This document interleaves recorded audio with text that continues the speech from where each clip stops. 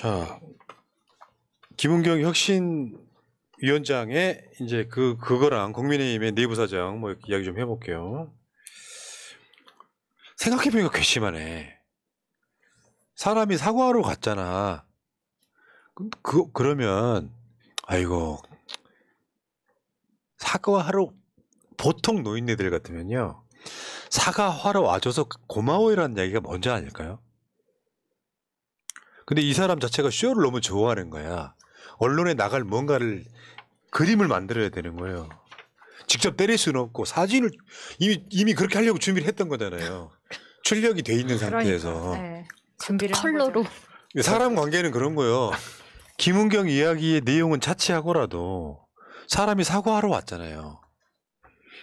근데 이게 무슨 이태원 참사 같은 게 일어나서 책임자가 사과하러 온 게 아니에요. 그렇죠. 보는 관점에 따라서는 노인들 폄하가 아예 없다고 봐도 되는 사건을 미리 사진을 준비하고 때려요. 사과하러 가는 사람한테 그런 식의 행동이 맞습니까?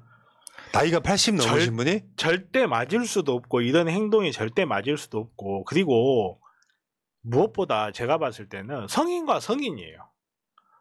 톡 까놓고 말해서 둘이 나이 차이 그렇게 많이 안 나요.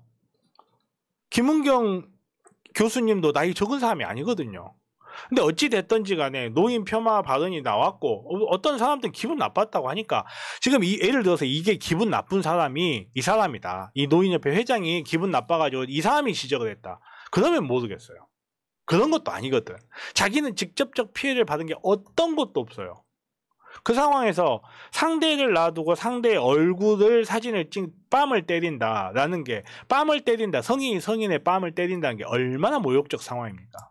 근데 실제 사람한테 때린 게 아니고 그림한테 때렸으니까 괜찮다? 그것도 면전 앞에서? 그게 말이 됩니까? 그건 폭력이죠, 사실. 왜 우리나라에서 좀 미투 이런 거에 신체 접촉이 없지만 성폭력인 거 얼마나 많아. 간접적으로도 얼마든지 영향을 줄 수 있는 거고 예를 들어서 그냥 조금 비슷하진 않지만 예를 들어서 한번 이야기해 봅시다. 내 새끼 사진을 어떤 사람이 거기에다가 얼굴 때린다고 생각해 보세요. 그것도 의도적으로 실수가 아니라. 그거 저주 아니에요? 제용 만들어 놓고 바늘 찍던 거랑 비슷한 거예요. 그러니까 본인은 이제 언론의 스포트라이트도 좀 받고 이제 관심을 한번 끌어볼 생각이었던 것 같은데 너무 나갔기 때문에 오버를 한 거죠. 오히려 역풍이 부는 거죠. 보통 어른이라는 게 뭐예요?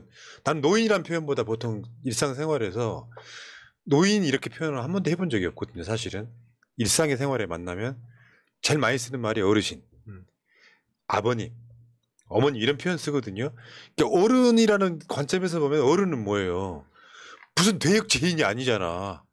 젊은 청년들한테 니들이 이 사회의 주인공이야라는 맥락으로 본인이 한 것도 아니고 타인의 말을 가져와서 그거 아니다라고 설명했다는 얘기거든요. 그러면 아유 뭐 그런 일로 사과까지 이따 오셨으니까 뭐 차나 한잔 하고 갑시다. 이렇게 하면 끝나는 이야기잖아요. 뭔 세상이 이렇게 각박해. 그러니까 다시 역풍 불잖아. 그리고 지금 그 민주당의 현역 국회의원 2명이 혁신위원회에 들어가 있죠. 그래서 이해식 의원도 이런 이야기를 했죠.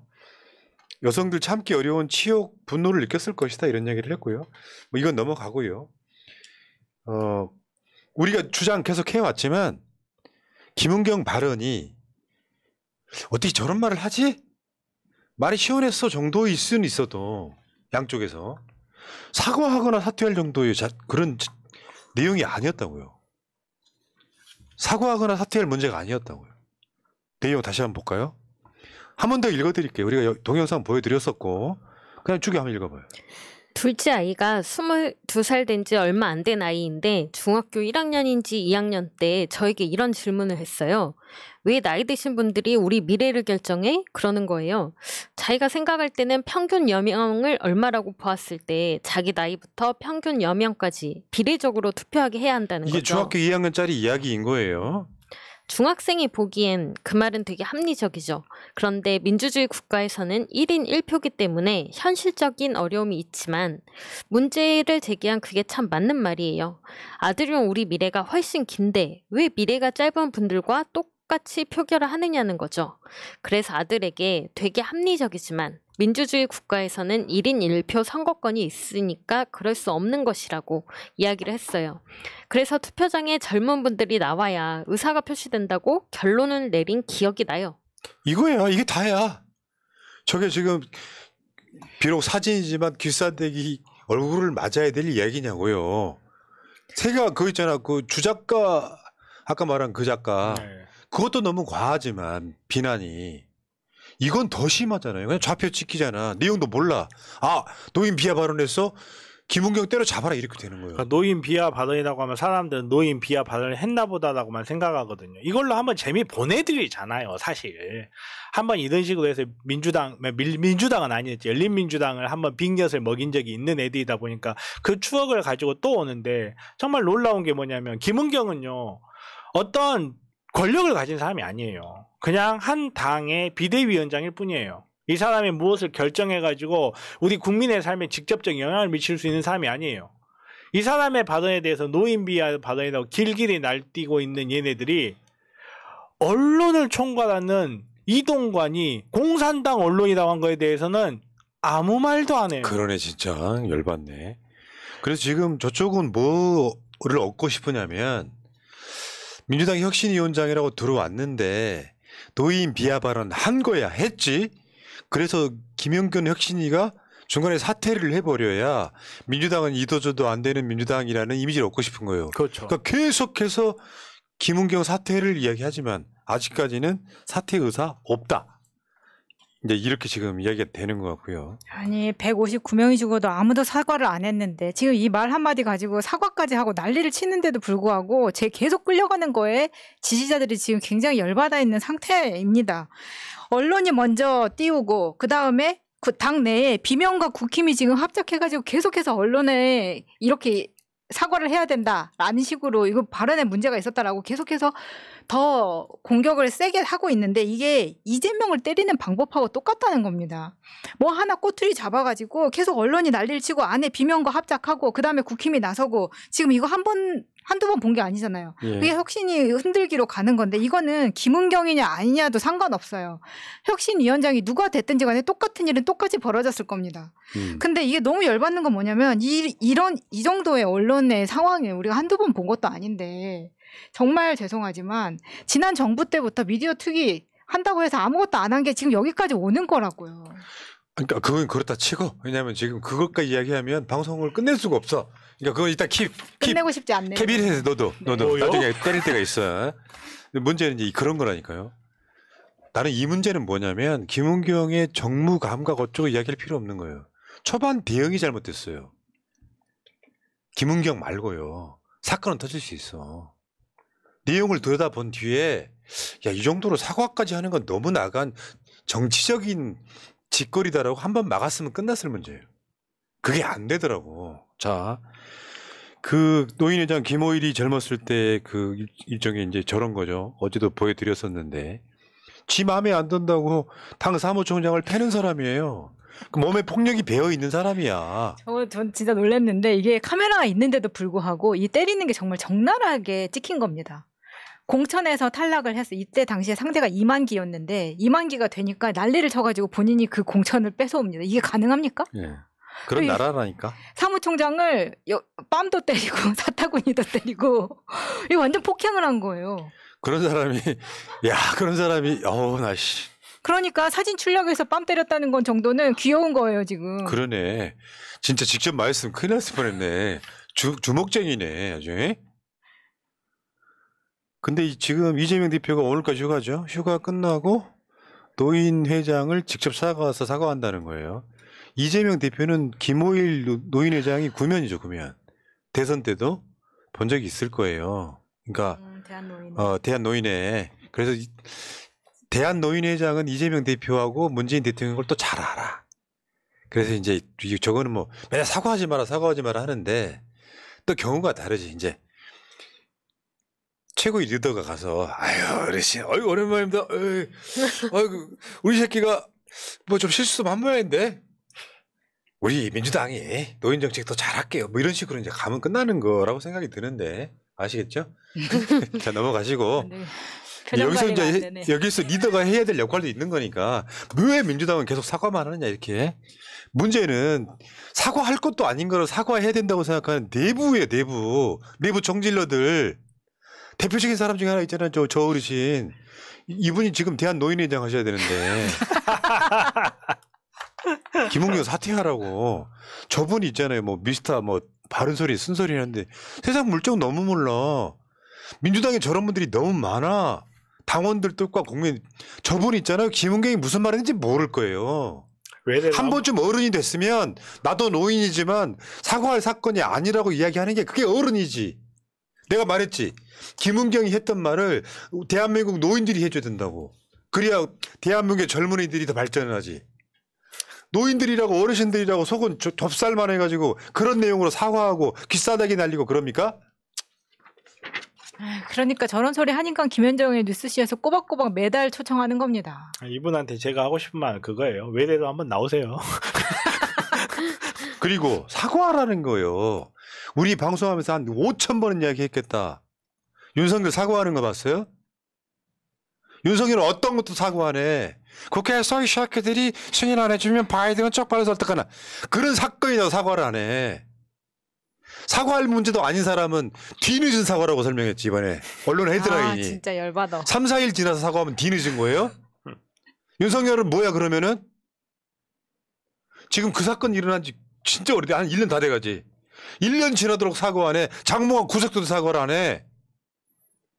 왜 그건 비판 안 하냐고. 정말 화가 나는 건 그런 부분이죠. 근데 저는 개인적으로 그렇게 생각해요. 이건 개인적인 생각입니다만은 사과를 한 사람과 사과를 안 한 사람의 끝은 많이 다를 거예요. 그렇지. 네. 지금 당장은 아니 이래도 윤석열은 사과 안 하고 저래도 사과 안 하는데 왜 민주당은 툭하면 사과하고 저럴까? 그러면 좀 시원시원한 감은 없죠. 시원시원한 감은 없는데 정치적 결론의 끝은 좀 많이 다를 겁니다. 아니 문제는 진짜 잘못했다고 느껴서 내가 자발적 사과를 하는 것과 떠밀려가지고 내부 총질러가 가장 무서운 건 뭔지 알죠? 김남국 사건이 그렇죠. 대표적인 거예요. 외부에서 공격이 들어왔는데 내 동지들이 같이 싸우죠. 야 이게 지금 사퇴할 사건이야? 라면 탈당까지 할 이유가 없죠. 내가 들어있는 내 공간 안에서 내부에 총 쏴버리는 거야. 너 나가라고.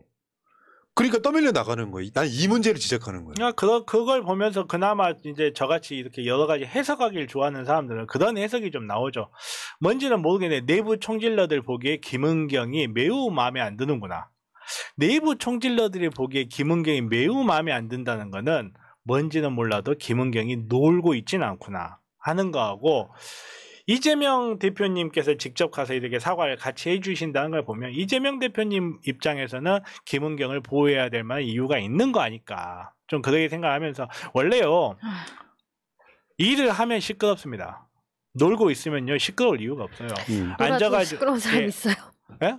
놀아도 시끄러운 사람 그렇죠. 그 사람 있어요. 다른 사람이 일을 하잖아. 못 일어나는 사람. 다른 그렇죠. 근데 오로지 김건희만 세우는 사람. 근데 다른 사람이 일을 해 거기는. 자. 그러니까 시끄러운 거예요. 자, 진행 좀 해봅시다. 이제 얼마 안 남았어요. 힘들래? 아자. 남은 저 아임굿이라도 좀 드시든가. 말이 다르잖아. 자. 근데 문제는 민주당은 그렇고 진짜 문제는 사실 윤석열일걸? 유승민은 결정타를 쳤어 어저께. 너 죽고 나 살자. 총선까지만 윤석열 눈치 볼 거야. 총선 끝나고 나면 국민의힘 사람들이 윤석열 도울 것 같냐. 공천 받고 당선되는 사람들 제외하고 나면 말하자면요. 국민의힘 전체 구성원이 100이라고 칩시다. 총선에 당선되는 사람 몇 명일 것 같아요? 20%도 안 될 거예요. 나머진 다 윤석열 적으로 돌아섭니다. 심지어 공천 받고 당선된 사람들도 돌아설 거예요. 당연하지. 네. 돌아서지. 왜냐하면 윤석열 남은 임기보다 내 국회의원 임기가 내 더 국회의원 길거든요. 임기가 더 길거든요. 그러니까 저 새끼 때문에 내가 물고기 똥물 먹었어. 이렇게 되는 거예요. 자발적으로 드셨겠죠. 아유 시원해 지금 보이네. 이 전국에서 정말 윤석열 쉴드 치다가 병신 낸 애들 많잖아. 우리 바다 지키기 그 새끼. 진짜 보람이네 고향 그 새끼. 박대출. 야, 말하면 어떡해. 일부러 말 안 하고 했는데. 그렇게 분명히 푸다님은 이름을 막 이야기하지 않았습니다. 그렇게 스타일 구긴 사람들이 있다고요. 그래서 유승민이 한 말 끝나면 더울 것 같냐. 권력이란 게 그런 거야. 그래서 지금 국민의힘 국회의원들 중에 지금 일부를 제외하고, 그러니까 그 원희룡 정도 몇 사람 제외하고 김건희 고속도로 쉴드 치는 거 딱히 기억 남는 사람이 있어? 최은순 장모 건 기억 남는 사람이 있냐고요. 도저히 쉴드 못 치건 못 치는 거 왜? 내 정치 역사의 흑역사가 돼버리는데. 박대출이나 물고기 똥물 먹은 뭐 김영선인가? 얘들 거기서 이름을 또 이야기하시면 어떡합니까? 성일정이나 이런 그런 애들 있잖아요. 윤석열과 함께 순장됩니다. 결국에는. 그렇죠. 순장조죠. 어. 말 그대로 순장조 되는 거죠. 근데 여기서 이제 윤석열 신단 찬당한다는 얘기가 터졌어. 찬성합니다. 환영합니다. 저도 찬성하는 게 저거는 윤석열이 진짜로 망하는 길이에요. 윤석열의 마인드 이준석이 말해준 거 있죠. 나는 잘하는데 국민의힘이 못해서 내 지지율이 안 나와. 나는 잘하는데 맞아요. 나는 잘하는데 언론들이 보도를 잘못해서 내 지지율이 안 나와. 맞습니다. 그게 윤석열 대가리에 들어있는 거예요. 그렇다 보니까 저희가 끊임없이 나왔겠지. 유승민이 안 나갈 것 같아. 이준석이 안 나갈 것 같아. 그래서 이게 어떤 느낌이냐면 뭘 한 거냐면 노무현 대통령의 열린우리당을 따라하는 거예요. 바보짓이죠. 그거는 열린우리당이 150석이 넘었을 때를 기억하면 뭐냐면 민주당이 너무 구기득권화 돼가지고 같은 여당인데 노무현 대통령 발목 잡기만 하니까 열린우리당이 창당된 거거든요. 근데 자기가 노무현이라고 생각하는 거야. 이 돌대가리가. 노무현 좋아한다 그랬잖아요. 그러니까 그래서 신당 창당설을 터뜨리고 있는 거야. 니들이 안 나가면 내가 신당 창당할게. 그러면서 총선에 이길 수 있다고 생각하는 거예요. 아니, 근데 들리는 말에 의하면 신당이 그 신당이 아니고 신당동이 신당이지. 신을 모시는 사당이 있잖아요. 이렇게.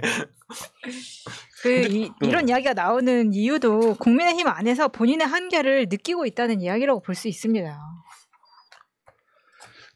또 그 여러 가지 포석들이 있는 거죠. 그렇게 해가지고 이제 약간 좀 각성 효과도 노리는 것 같은데 신당 창당하기 쉽지 않아요. 볼래요? 내가 우르르 데리고 신당 창당하잖아요. 그러면 현재 국민의힘이 갖고 있는 자산을 갖고 못 가잖아요. 그렇죠. 그런 것들 때문에 저건 신당 창당하는 거 사실상 저건 굉장히 힘들어요. 민주당 깨고 나가고 국민의힘 깨고 나가서 신당 창당한다는 건 상당히 마이너스 정치에 가깝습니다. 아니 우리의 기죽게 왜 그러세요? 창당하세요. 제가 발기인에 들어가 드리겠습니다. 한 사람밖에 못 세우지만 제가 발기인에 꼭 들어가서 제가 신당 창당하는데 도와드리겠습니다. 결국은 그거라니까. 총선 끝나고 공천 끝나고 나면은 윤석열이는 완전히 고립되는 거죠. 홍준표가 윤석열이 권력 잃었는데 도와주겠습니까? 국민들이 박근혜 때처럼 뭐 예시를 들자면 막 일주일에 막 주말에 한 200만 명씩 몰려 나오면 그렇게 한 몇 주 계속되면은 홍준표가 윤석열 편 들겠어요? 내 그럴 줄 알았다 이렇게 이야기가 나올 거고요. 뭐 저 유승민 이준석은 뭐 저 데리고 가거라 이런 소리 나올 거고요. 유승민은 뭐라고 하겠어요? 내 그럴 줄 알았지. 안 도와준다니까요. 누가 도와주겠냐고요. 고립되는 거지. 뭘 정치를 알지도 못하는 게 머리도 안 좋아가지고 그냥 일본으로 가 살아. 지지율이 기시다보다 높더만. 일본에 출마해 살아. 괜찮은 옵션입니다. 진짜. 어우. 자, 총선 앞으로 얼마 안 남았어. 이러다 보면 총선 금방 옵니다. 두구두구두구두구두구두구. 총선이 시작됐어요. 이번에 4월 15일인가? 문득 잘 생각이 안 나네. 아마 대충 그럴 거예요. 제이선영님 감사하고요. 오키님 감사하고. 그럼 이제 개표 방송 할 거 아니야. 아우. 저는 기대됩니다. 개표 방송의 트라우마. 근데 그 상황에 있어서 우리가 해야 될 일들이 있어. 우리가 180석 얻을 때도 개표 방송을 하고 대선 지는 것도 했잖아요. 다 세용지마인 거예요. 우리가 이길 때가 된 거죠. 여기까지 하겠습니다.